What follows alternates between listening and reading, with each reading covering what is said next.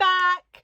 Today I'm coming to you with my Randomothon wrap up. Randomothon is a 2-week readathon hosted by Macy at the Bright Side Girl, and it happens annually, although this was the first one, and this theme changes every year, which is why it's Randomothon.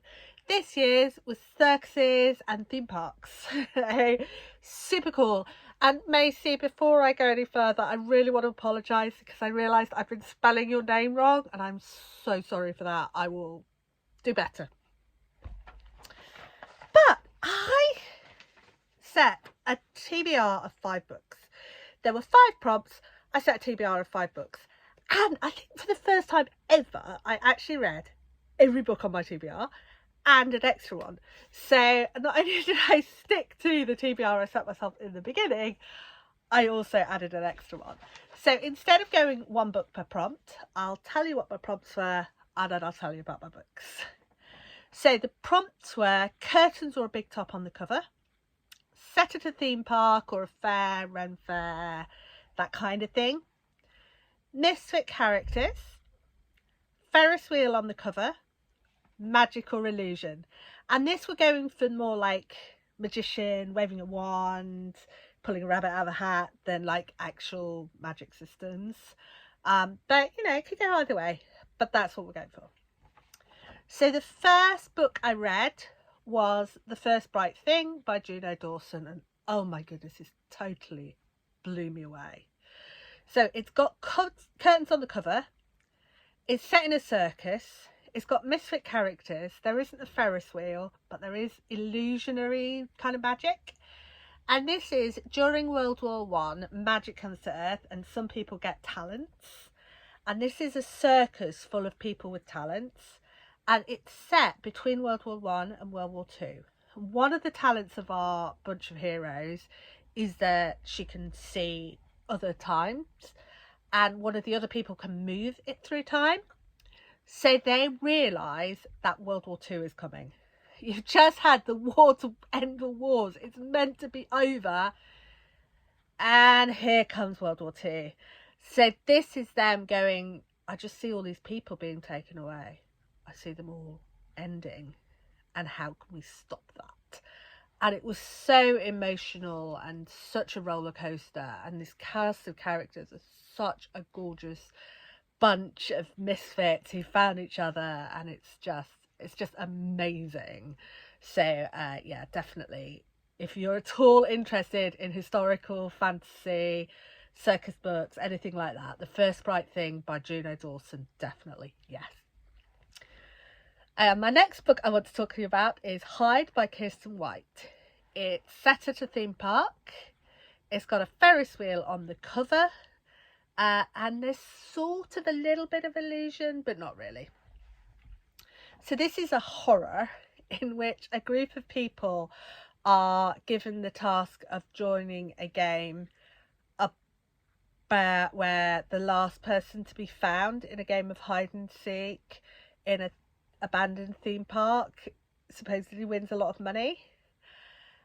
And it is dark.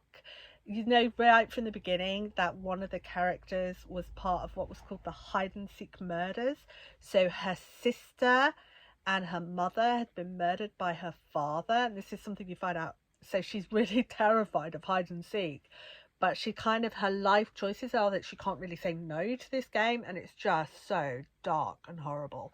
But yeah, the whole book is kind of dark and horrible, and it's about what we're prepared to give up and how we as older people can treat or should treat younger people, and ultimately how the younger generation are good people on the whole. So yeah, if you like horror, it's horrible, go for it.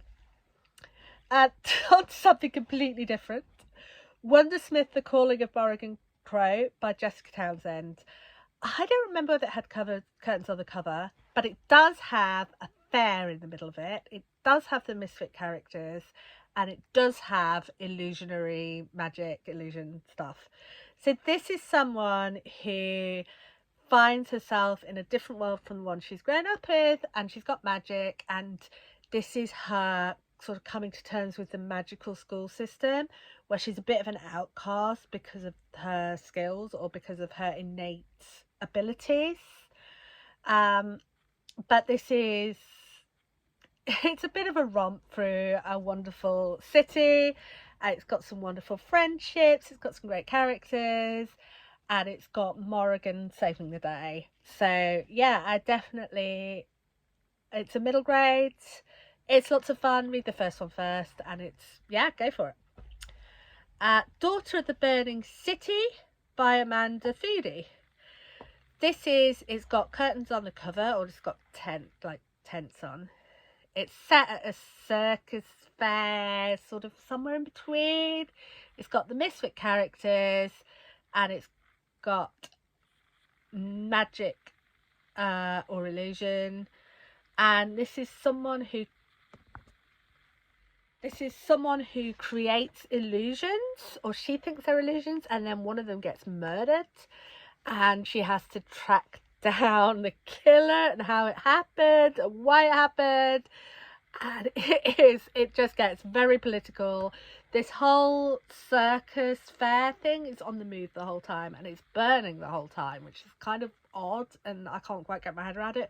But it's on the move the whole time, this whole like city-sized circus, and it's moving around. Like, they come from the south, and there's like obvious tensions between north and south, and they're in the north, and it gets very, very political, and it gets the relations between like who she can trust and who she can't trust, and her family and stuff gets really intricate, and it's got some lovely pictures, and it was just really sweet and lovely, and also a little bit dark and grim, which to me, that's a great combination.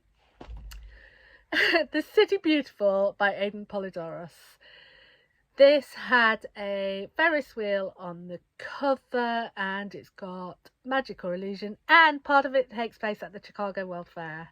So I'm doing really great for all the things here.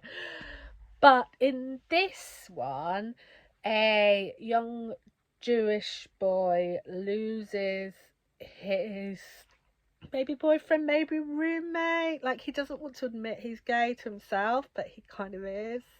So his love interest, friend, whatever, dies, and he gets possessed by his Dybbuk, like the spirit of his ghost. And then he has to kind of go back to his earlier murky past to try and find out what's going on, and to try and help his love pass on.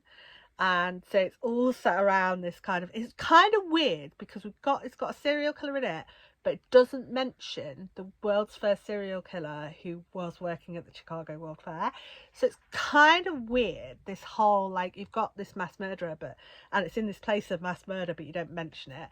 But apart from that, it's got a lot of Jewish mythology, it's got a lot of the World Fair, it's got really good flavour for the whole of that period, and it's got a really lovely queer romance in it as well, and like talks about the conflicts, or where it don't have to conflict, between familial love for your birth family and romantic love for your found family.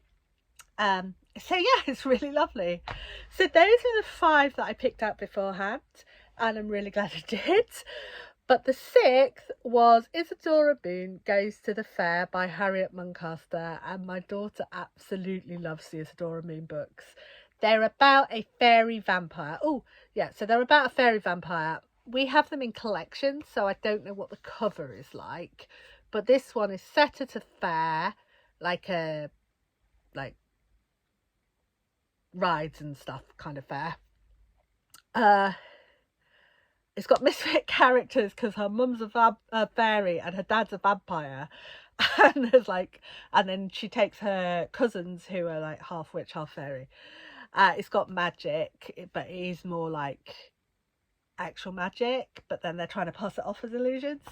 So they go to the fair because Isadora's always wanted to go to the fair, and then it's kind of run down and a bit rubbish, so they're like, well, let's fix this, and they get so much money through their magic that the fair can go away and fix itself properly. And